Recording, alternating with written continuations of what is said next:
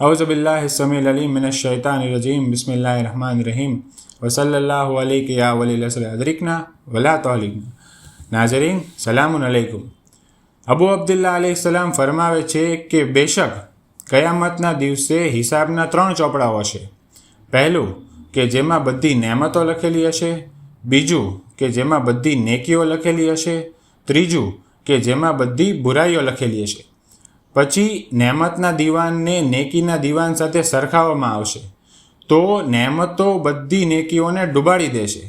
પછી બુરાઈનું દીવાન બાકી રહેશે. પછી જનાબે આદમ અલૈહિસ્સલામની નસ્લમાંના મોમિનને હિસાબ માટે બોલાવવામાં આવશે.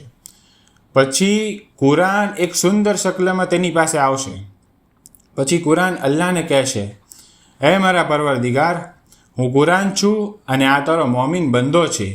બેશક આ બંદો મારી તિલાવત કરવામાં પોતાની જાતને થકવ્યા કરતો હતો અને પોતાની રાતો તરતીલમાં ખેંચતો હતો, અને જ્યારે રાતોમાં જાગતો હતો તો પોતાની આંખો ભીની થઈ જતી હતી. એટલા માટે તું આને રાજી કરી દે જેવી રીતે તે મને રાજી કર્યો હતો. પછી અલ્લાહ તબારક વ તઆલા ફરમાવશે કે તું તારા જમણા હાથને ખોલી નાખ. પછી તેને અલ્લાહની ખુશનુદીથી નવાઝ છે, એટલે કે કુરાન તે વ્યક્તિને અલ્લાહથી ખુશીઓથી ભરી દેશે. પછી તેના ડાબા હાથને અલ્લાહની રહેમતથી ભરી દેશે.